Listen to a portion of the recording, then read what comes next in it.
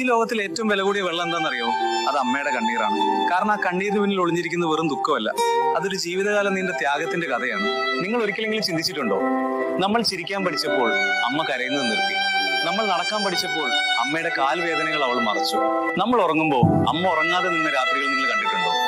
ഒരു കുഞ്ഞ് ജനിക്കുമ്പോൾ അമ്മയും വീണ്ടും ജനിക്കുന്നു, പക്ഷെ അവൾക്ക് ആരും കോൺഗ്രാറ്റുലേഷൻസ് പറയുന്നില്ല, അമ്മക്ക് ആരും താങ്ക് യു പറയുന്നില്ല. എന്തുകൊണ്ട്? കാരണം അമ്മയുടെ സ്നേഹം നമ്മൾ സ്വാഭാവികം എന്ന് കരുതുന്നു. ഒരു ദിവസം നിങ്ങൾ വീട്ടിൽ വൈകി എത്തുമ്പോൾ 10 മിസ് കോൾസ് ആരുടെ ആയിരിക്കും? അമ്മയുടെ. അത് നിങ്ങളുടെ കൂട്ടുകാരുടെ അല്ല, അത് നിങ്ങളുടെ ബോസിന്റെ അല്ല, അത് അമ്മയുടെ ഹൃദയമാണ്. എന്റെ കുഞ്ഞ് സുഖമായിട്ടുണ്ടോ എന്ന് ചോദിക്കുന്നു. നമ്മൾ വലിയവരാകുമ്പോൾ അമ്മയുടെ പ്രാർത്ഥനകളും വലിയവയാണ്.